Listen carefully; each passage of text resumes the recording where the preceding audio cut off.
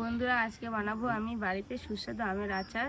দোকানের কিনা মশলা ছাড়াই নিজে হাতে বাড়িতে বানানো মশলা দিয়ে কিভাবে আচার বানাবো চলো দেখা যাক। এখানে আম বাগান অনেক আছে, পাশে আম বাগান। চলো, এই যে সামনে আম বাগান, কত আম গাছ আছে দেখো বন্ধুরা। এই যে আম গাছ বন্ধুরা, এবার আমগুলো আমি কিনে নেবো।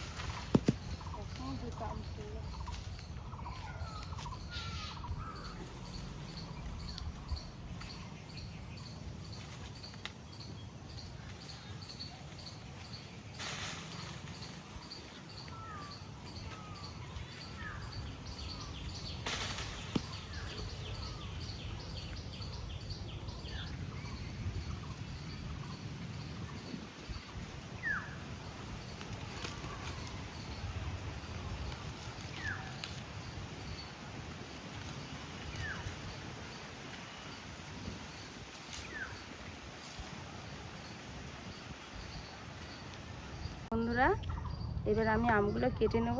দেখো আমগুলোর কালার এসে গেছে, আমগুলো ডেসে গেছে, আঁটি বেঁধে গেছে আমে। এবার আমগুলো আমি কেটে নেব। বন্ধুরা, আমগুলো আমি প্রথমে ধুয়ে নেব।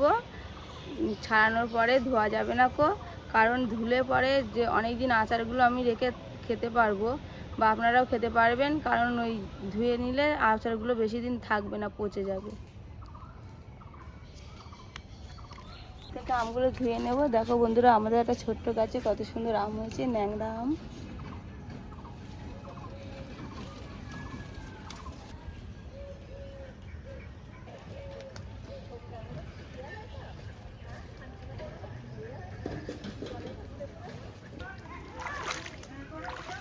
আমি আমগুলো ছাড়িয়ে নিই। আমগুলো ডেসে গেছে, কালার এসে গেছে আমি কাটবো কি করে সেটাই ভাবছি।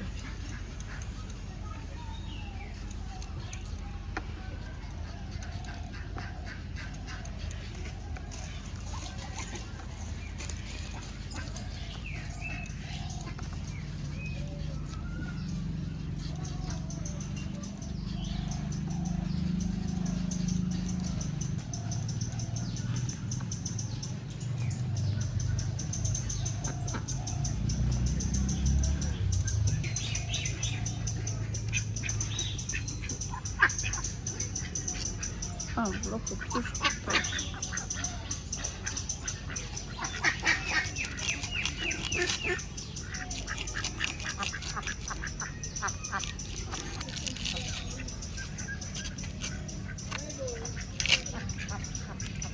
দেখো কালার এসে গেছে, আমগুলো প্রচুর শক্ত, কাটা যাচ্ছে।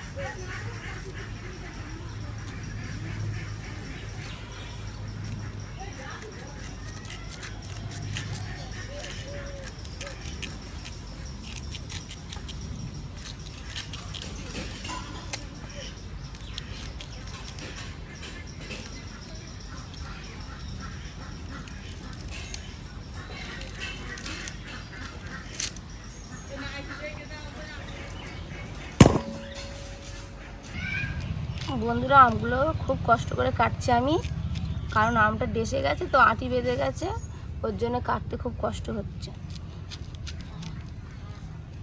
কিন্তু এই আমের আচারগুলো অনেক দিন থাকে, নষ্ট হয় না।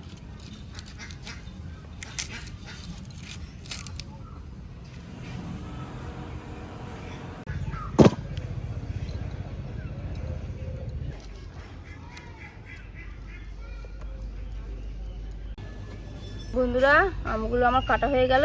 দেখো আমগুলো একদম পুরো কালার এসে গেছে, আর কদিন পরেই পেকে যাবে। কিন্তু এই আমগুলো কাটতে আমার খুব কষ্ট হয়েছে।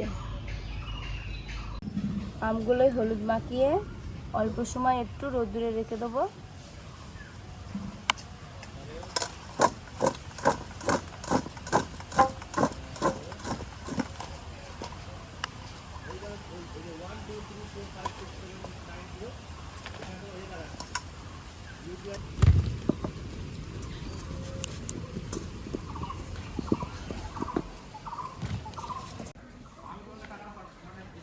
একটু উঁচু জায়গায় রাখি।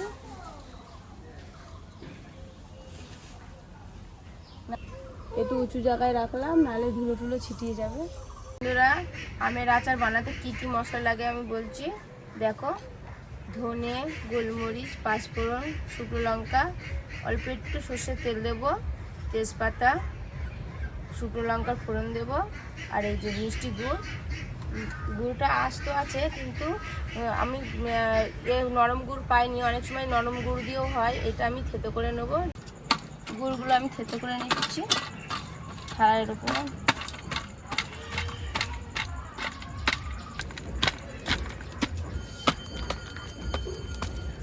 সব থেকে ভালো হয় নরম গুড় হলে, শক্ত গুড়ে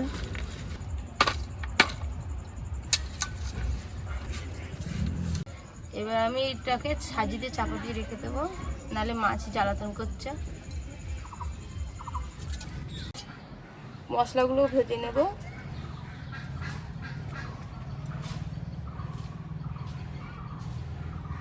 গরম হয়ে গেছে বন্ধুরা, এবার আমি এক এক করে সব মশলাগুলো দিয়ে দেবো।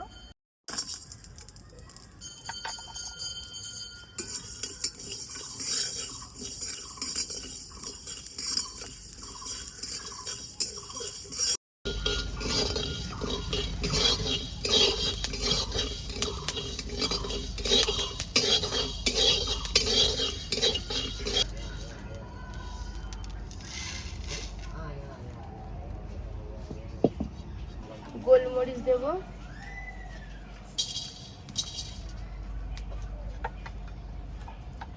পাঁচফোড়ন,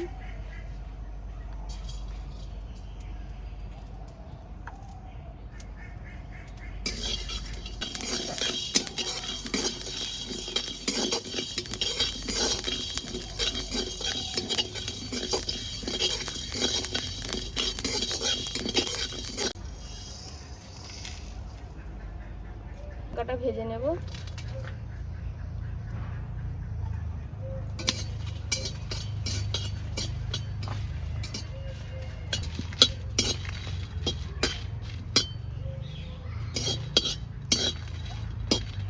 বন্ধুরা, এগুলো তেল ছাড়াই ভাজতে হয়, এগুলো সব শুকনো কাঠখোলাই ভেজে নিতে হয়।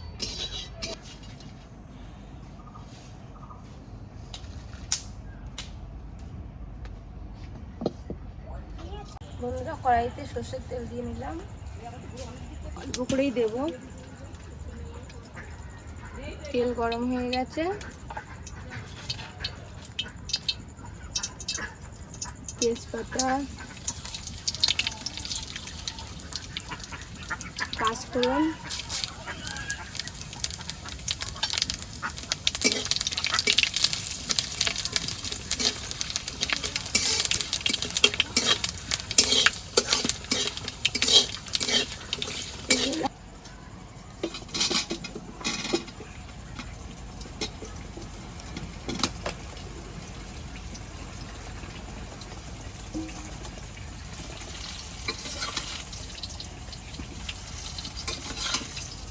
এবার দিয়ে নিয়েছি।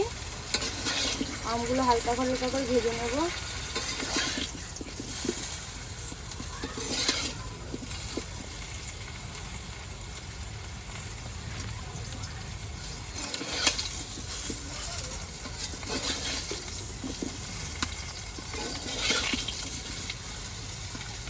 হালকা আছে জাল দিতে হবে বন্ধুরা, বেশি জোরে জাল দিলে আমগুলো পুড়ে যাবে।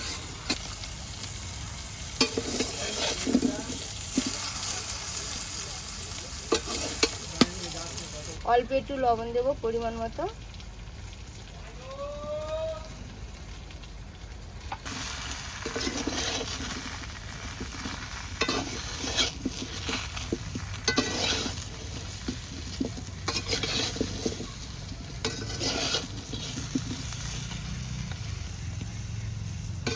এবার গুড়টা দিয়ে দেব।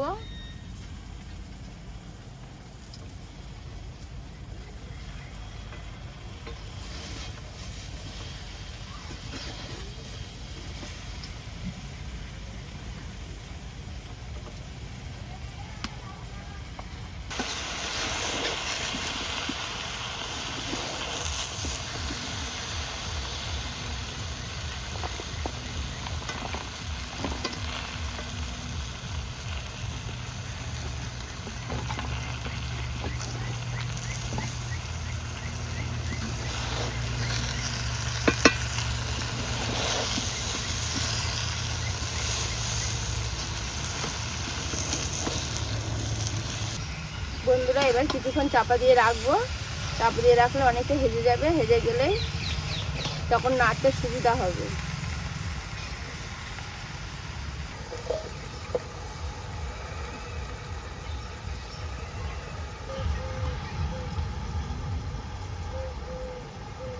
এবার ভাজা মশলাগুলো আমি বেটে নেব।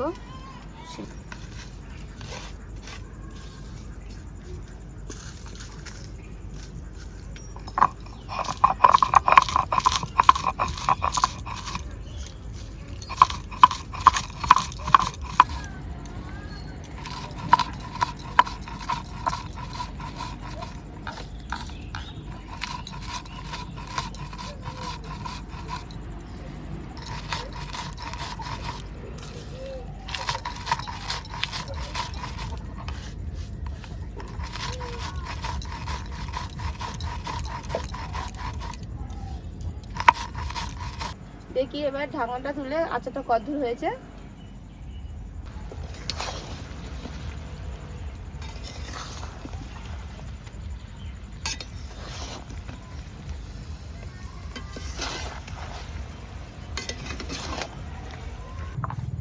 বন্ধুরা আমার মশলা বাটা কমপ্লিট।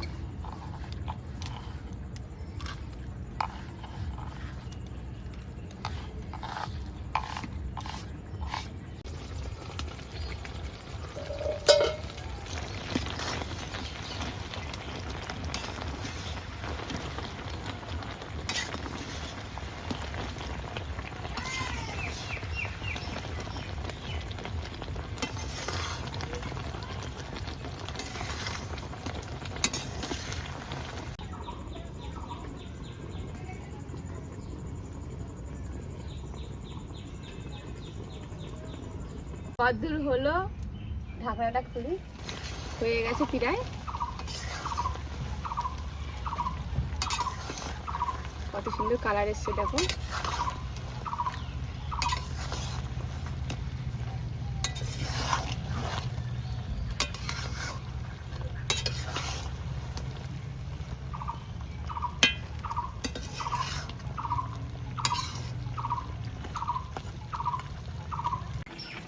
বন্ধুরা আচারটা আমি বিকালে বানাচ্ছি। সকালে সারাদিন আমটা কেটে রোদ্দুরে হলুদ দিয়ে শুকাতে দিয়েছিলাম, কারণ এই আচারটা অনেক দিন ধরে খেতে পারবে, 1 বছর ধরে খেতে পারবে। এই আচারটা সঙ্গে সঙ্গে করলে কি অনেক দিন ভালো থাকে না। হয়ে গেছে আমার আচারটা। এর হয়ে যাওয়ার মুখে আমি মশলাগুলো দিয়ে দেবো। বেটে রাখা মশলাগুলো এবার আমি দিয়ে দেবো।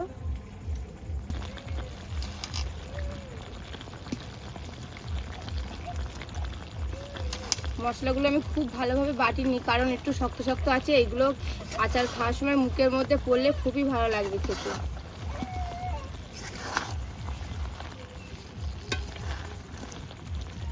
দেখো বন্ধুরা কত সুন্দর কালার এসছে আচারটাই।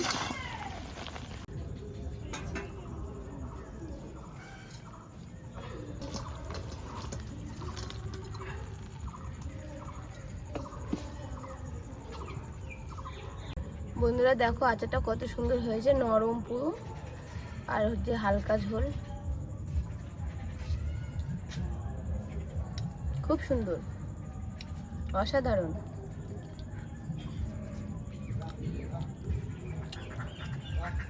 আমি খুলে চুলে বলছি না, আপনারাও বাড়িতে এরকম ভাবে বানিয়ে দেখবেন, খুব ভালো লাগবে খেতে, আর অনেক দিন ধরে খেতে পারবেন।